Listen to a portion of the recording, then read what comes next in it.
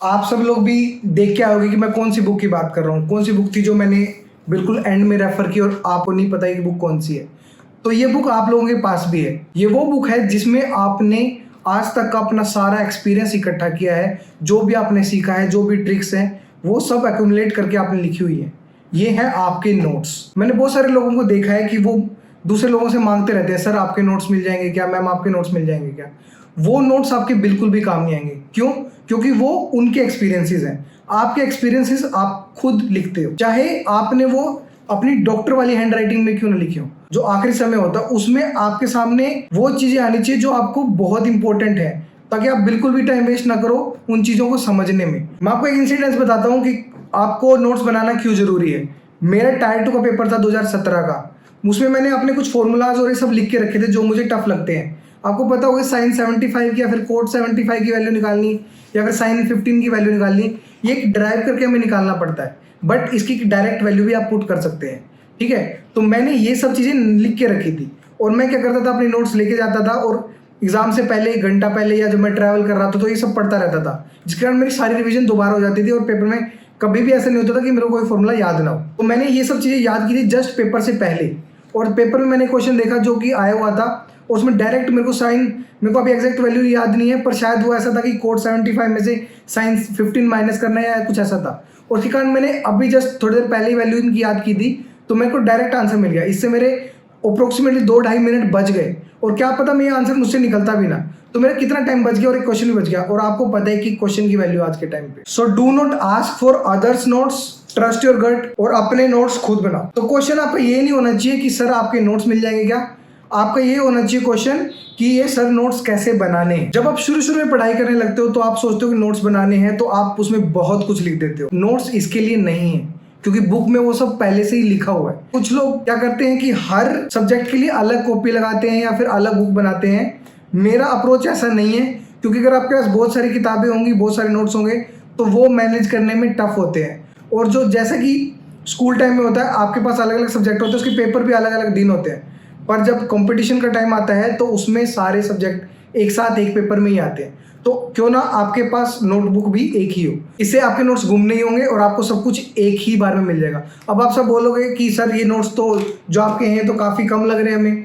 तो over the period of time, शुरू में हो सकता है कि जब आप पढ़ना स्टार्ट करो आपको कोई चीज़ बहुत इंपॉर्टेंट या फिर बहुत ज़्यादा टफ लगे, पर जैसे जैसे आप पढ़ते रहते हो बार बार वो चीज़ें कम होती रहती हैं। तो हम सब्जेक्ट वाइज स्टार्ट करेंगे कि कैसे किस सब्जेक्ट के कैसे नोट्स बनाने हैं। बात कर लेते हैं सबसे इंपॉर्टेंट टॉपिक की, जो कि है जीके। जीके के नोट्स कैसे बनाने हैं, क्योंकि बहुत सारे लोग बोलते हैं कि जीके कहाँ से पढ़े, कैसे करें, क्या ना करें। तो जीके का सिंपल सा ट्रिक है, आपको 2 टाइप के नोट्स बनाने हैं। एक तो जो स्टैटिक जीके है, उसमें भी आपको राम कहानियाँ नहीं लिख देनी है, आपको भर भर के पेज नहीं भरने हैं।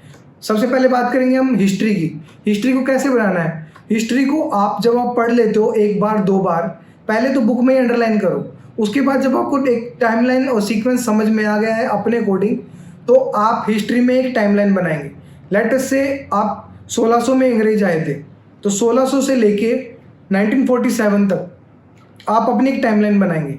जैसे आपका मॉडर्न इंडिया है, उसमें जो भी मूवमेंट्स और जो भी रेवोल्यूशन या जो भी हुआ था वो सब आप एक सीक्वेंस में बनाएंगे, ताकि आपको याद रहे कि कौन से साल में क्या पड़ता है। तो ये बहुत अच्छा तरीका है, और इसको पूरा लिख नहीं लेना, आपको 1-1 2-2 लाइनों में इस पूरे सीक्वेंस को कंप्लीट करना है। हिस्ट्री में सिर्फ ये करना है, इसके अलावा कुछ और बनाने की आपको जरूरत नहीं है। ज्योग्राफी में आपको मैप्स बनाने हैं, जैसे कि आप मैप जरूरी नहीं एग्जैक्टली बनाएं, पर आप फिगर्स का यूज़ कर सकते हैं। तो रोड्स का, रिवर्स का, पोर्ट्स का, क्रॉप्स का, जो भी आपको चीज़ें जनरल हैं वो आप एक मैप में बना लें, ताकि आपको रिलेट करना आसान रहे कि ये नदी यहाँ से जाती है तो ये इसके नीचे होगी। तो ये सब आप आइडिया लगा पाएंगे, और आपको बुक पढ़ने की जरूरत नहीं है, आप डायरेक्ट मैप देखेंगे तो आपको आइडिया रहेगा। उसके बाद बात आ जाती है पॉलिटी की। पॉलिटी में भी आपको कॉन्स्टिट्यूशन के बारे में लिखना है, या फिर जो भी कॉन्स्टिट्यूशन के पार्ट है वो सब लिखने हैं। लेट्स से हमें वाइस प्रेसिडेंट के जो भी फंक्शंस हैं, जो भी वाइस प्रेसिडेंट से रिलेटेड इन्फॉर्मेशन है वो सब लिख लेनी है, कि इम्पीचमेंट कैसे होती है इनकी, इनका रेजिग्नेशन कौन एक्सेप्ट करता है, टेन्योर क्या होता है, ये क्या फंक्शनैलिटी होती है, ये सब चीज़ें आप नोट डाउन कर लेंगे। तो ऐसे ही आपको अलग अलग हाउसेस के, एमपी के, पीएम के, सबके नोट डाउन करके रख लेने। यही सेम पैटर्न आपको बाकी सब सब्जेक्ट्स के लिए भी फॉलो करना है। जैसे आप साइंस कर रहे हैं तो साइंस में आपको बायो में आपको सारी डिसीज लिख लेनी है, या फिर जो भी आपको पता है कि रेस्पिरेटरी सिस्टम कैसे काम करता है उसको बेसिक एक तरीके से डायग्राम बना के वो आपको सॉर्ट आउट कर लेना है, ओर्स के बारे में लिख लेना है या एलिमेंट्स के बारे में लिख लेना है, या जो भी टॉपिक है फिजिक्स का है, केमिस्ट्री का, आपको नोट डाउन कर लेना है। अब बात आती है उन टॉपिक्स के बारे में जो अलग से स्पेसिफिकली एग्जाम में पूछे जाते हैं, वो आपको याद करने हैं, ये लिखने बहुत ज़रूरी है, क्योंकि ये पेपर में डायरेक्ट आते हैं और एंड टाइम में आपके पास वो सारे रिसोर्सेज नहीं होते जहाँ से हम उसको रिवाइज कर सको। जैसे कौन सी इन्वेंशन किस बंदे ने अब की बार मैन बुकर जीता, या फिर जैसे कौन सी सोयल कहाँ मिलती है, कौन सी कंट्री की कौन सी कैपिटल और उसकी क्या करेंसी है, ये सब चीजें आपको एक जगह लिखनी पड़ेगी, जिसमें डांसेस आ जाएंगे, ट्रेड्स आ जाएंगे, ऐसे जो मिसलेनियस चीजें हैं वो आपको एक जगह लिख लेनी है और उसको पेपर से पहले फटाफट रिवाइज करना है। तो ये सब आपके पास होना चाहिए। डिस्क्रिप्टिव बहुत सारे लोग छोड़ देते हैं और भूल जाते हैं और उनको ध्यान भी नहीं होता कि डिस्क्रिप्टिव के लिए नोट्स बनाने कितने इंपॉर्टेंट है। ये एक ऐसा टॉपिक है जिसके लिए नोट्स जरूरी ही है। सबसे पहले आपको डिस्क्रिप्टिव के नोट्स कैसे बनाने हैं। डिस्क्रिप्टिव में दो चीज़ें आती हैं, एक तो है ऐसे, एक होता है लेटर। जो लेटर होता है उसमें एक फॉर्मेट होता है, इनफॉर्मल, फॉर्मल। तो आपको लेटर का फॉर्मेट लिख लेना है। उसके बाद आपको वो चीज़ें लिख लेनी है जैसे कि स्टार्टिंग, हर लेटर की एक स्टार्टिंग होती है, वो आपको स्टार्टिंग नोट कर लेनी है और एंडिंग में नोट कर लेनी है। इससे क्या होगा कि आपको सिर्फ बीच वाला पोर्शन फिल करना होगा जो भी एग्जाम में आएगा। ऐसे का एक प्रॉपर स्ट्रक्चर होता है जिसमें होता है इंट्रोडक्शन, देन बॉडी, उसके बाद कंक्लूजन। ऐसे हम 3 स्टेप में डिवाइड कर लेते हैं। तो इसके लिए आपको एक तो ध्यान होना चाहिए कि एंडिंग कैसे करनी है, वो ऑप्टिमिस्टिक वे में करनी है। तो उसके लिए तो फिर क्या क्या चेंजेस है, अगर बॉडी में आपको लिखना है तो उसके लिए अलग अलग आपको उसके कारण देखने हैं, जैसे सोशल कारण क्या है, पॉलिटिकल क्या इम्पैक्ट है, या फिर इकोनॉमिकल क्या इम्पैक्ट है, ये सब आपको उसमें लिखने हैं। तो ये सब आपने एक जगह लिख लेना है ताकि आपको याद करने में आसानी होगी क्या पैटर्न मेरे को फॉलो करना है। उसके बाद आपको क्या करना है, उसके बाद बेसिक ऐसा डेटा इकट्ठा करना है जो आप हर जगह चला सको या उसको हर जगह यूज़ कर सको। जैसे कि सेंसस का डेटा है कि कितने लोग पॉवर्टी लाइन से बिलो हैं, कितने अन एजुकेटेड है, कितना हमारा हैप्पीनेस इंडेक्स है, कितना ईज ऑफ डूइंग बिजनेस है। ये सब चीज़ें जो डेटा है, फैक्चुअल डेटा, ये जो हर जगह यूज हो सकता है, ये आपको एक जगह नोट डाउन करके रखना है। एक पॉइंट ये भी है कि आपको बहुत सारे नहीं तो कुछ तो फेमस कोट्स जो होते हैं वो लिख लेने हैं जो आप बहुत जगह चला सको।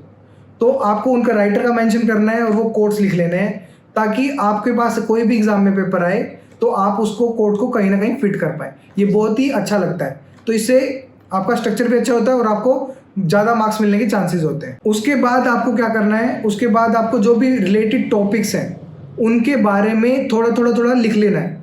जैसे कि मान लो आप पॉवर्टी के बारे में लिख रहे हैं, आप एजुकेशन के बारे में लिख रहे हैं, या फिर आप करप्शन के बारे में लिख रहे हैं, तो आप अगर आपके पास करप्शन का टॉपिक आता है तो आप उसमें एजुकेशन एंड पॉवर्टी के फैक्ट्स डाल सकते हैं।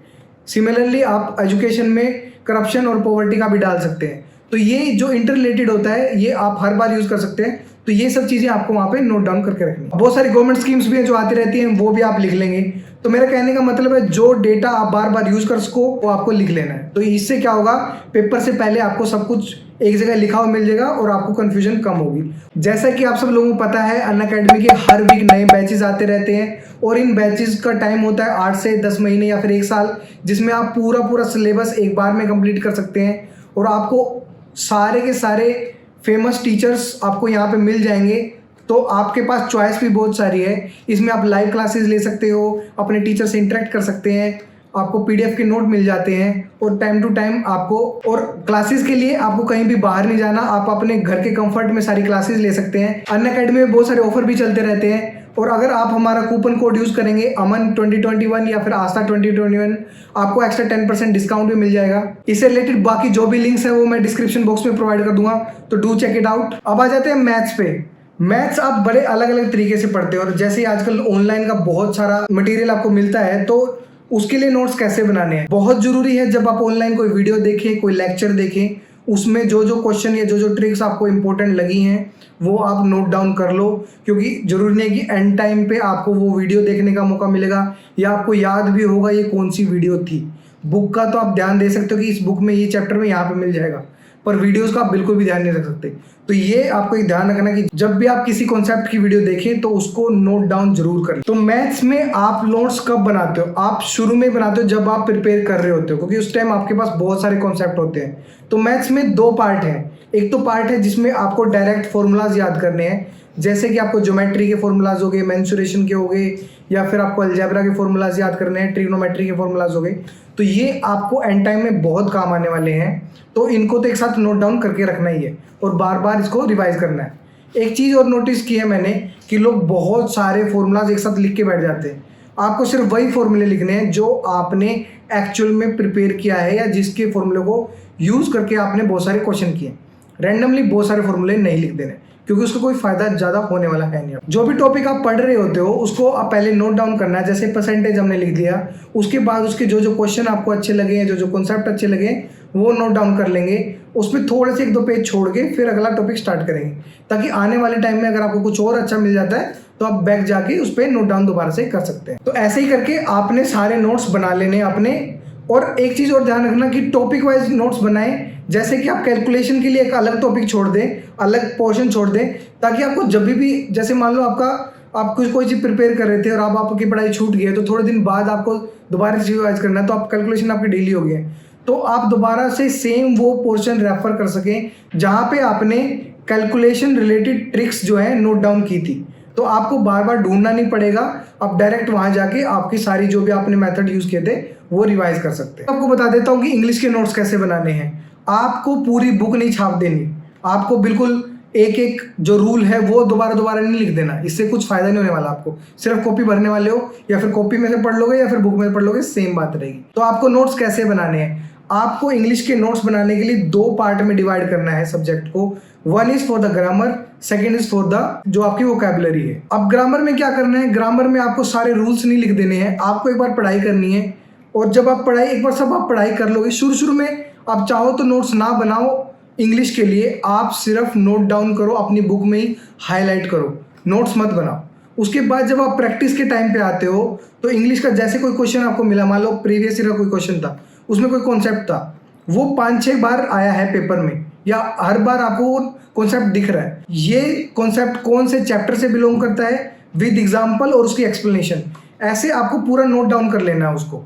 इससे क्या होगा कि जब आप दोबारा इसको पढ़ेंगे तो आपको आइडिया रहेगा कि ये क्या है। तो ये over the period of time जैसे जैसे आप प्रैक्टिस करते रहते हैं, आपको नए नए क्वेश्चन मिलते रहते हैं, और जो भी क्वेश्चन आपको लगे कि बहुत ज़्यादा अच्छा एक्सप्लेनेशन है और बहुत ज़्यादा ट्रिकी है, वो चीज़ आप नोट डाउन कर लेंगे। ऐसा नहीं बोल रहा कि आपको रूल्स बिल्कुल भी नोट डाउन नहीं करने हैं।